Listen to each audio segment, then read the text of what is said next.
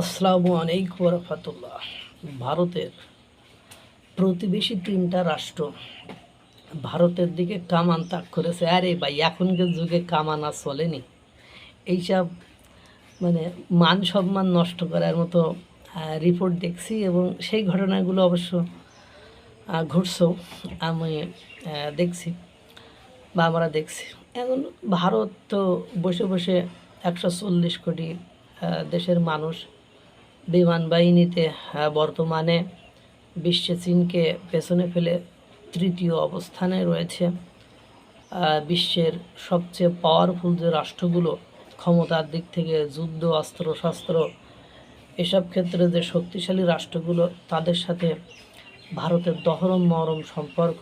যেমন রাশিয়া আজ ইউক্রেনের সাথে যে সাস্টেইন করে আছে, তার নেপথ্যে যে রাষ্ট্র, সেই রাষ্ট্রটির নাম হলো ভারত। কারণ মার্কিন যুক্তরাষ্ট্র রাশিয়াকে ভূপাতিত বা রাশিয়াকে নিঃশেষ বা ইউক্রেনের মাধ্যমে রাশিয়াকে নিয়ন্ত্রণে নিয়ে আসতে না পারার নেপথ্যে যে দেশটি বা মূল কারণ যে দেশটি, সেই দেশটির নাম ভারত। ইসরায়েল যে আজ পুরো বিশ্বে তাণ্ডব চালাচ্ছে, তার লক্ষ লক্ষ গোলাবারুদ অস্ত্রশস্ত্র নাকি ভারত পাঠায়। এবং ইসরায়েলের প্রধানমন্ত্রী বেনিয়ামিন নেতানিয়াহু তিনি বলে থাকেন, ভারত আমার অকৃত্রিম বন্ধু।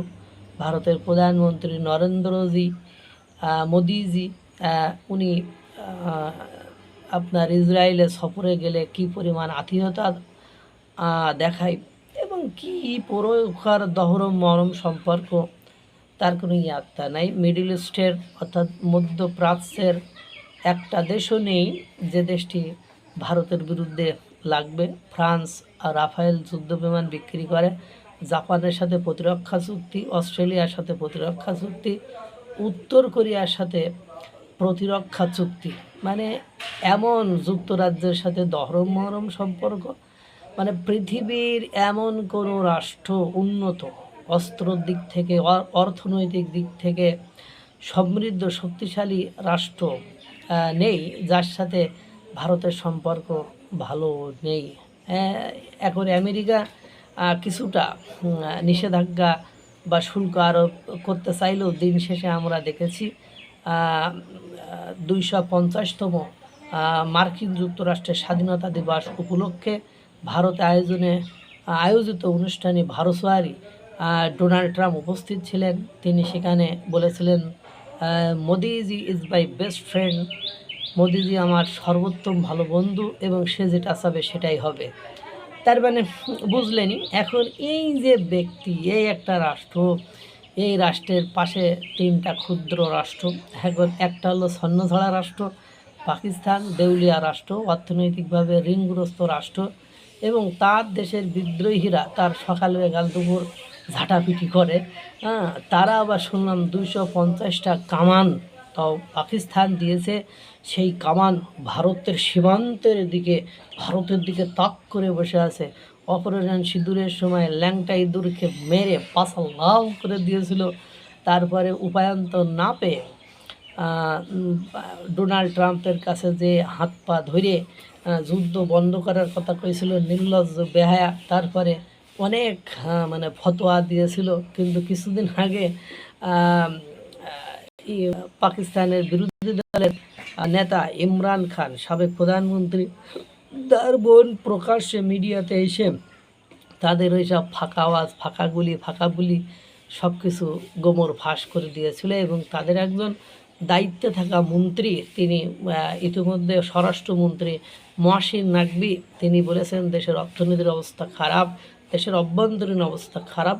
সব কিছু মিলিয়ে এমন জটিল পরিবেশ পরিস্থিতির মধ্যে আছে, এদের এই কামান মানে চালানোর লোক খুঁজে পাওয়া যাবে কিনা এটা দেখা যায়। চীন কামান দিয়েছে, বিক্রি করে টাকা নিয়েছে, দেউলিয়াদের আরও দেউলিয়া করতে, টাকা নিয়ে তাদের আরও দেউলিয়াত্বের দিকে দিয়েছে। এবার কামান মারার জন্য যে বাহিনী দরকার, সেনাবাহিনী, বিমান বাহিনী বা কামান বাহিনী বা পুলিশ বাহিনী, তারা তো এখন কাশ্মীরের জেলায় অতিষ্ঠ। কাশ্মীরের জনগণ তাদের স্বাধীনতা চায়, তারা উর্দি খুলে আয় শালারা, পাক সেনাদের কয় উর্দি খুলে আই শালারা, দেখি তোদের কত হিম্মত আছে।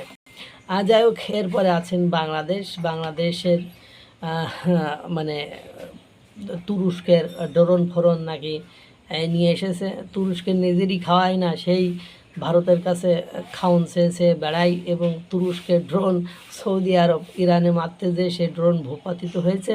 তুরস্কের ড্রোন পাকিস্তান অপারেশন সিঁদুরের সময় মারতে যেয়ে সেগুলো ভারত ভূপতিত করে আবার প্রদর্শনীতে রেখেছিল।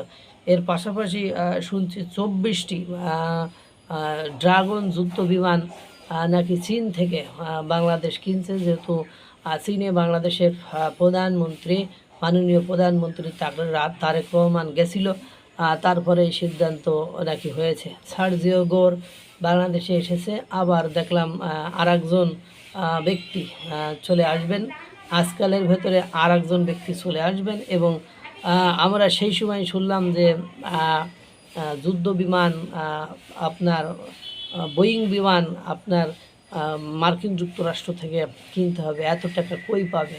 একের পর এক যেভাবে বিদেশি রেমিটেন্স কমছে, রাজস্ব কমছে, এদের সব কিছু মিলায় দেশের অভ্যন্তরীণ অর্থনৈতিক অবস্থা, নিরাপত্তা অবস্থা খুবই সংকটাপন্ন।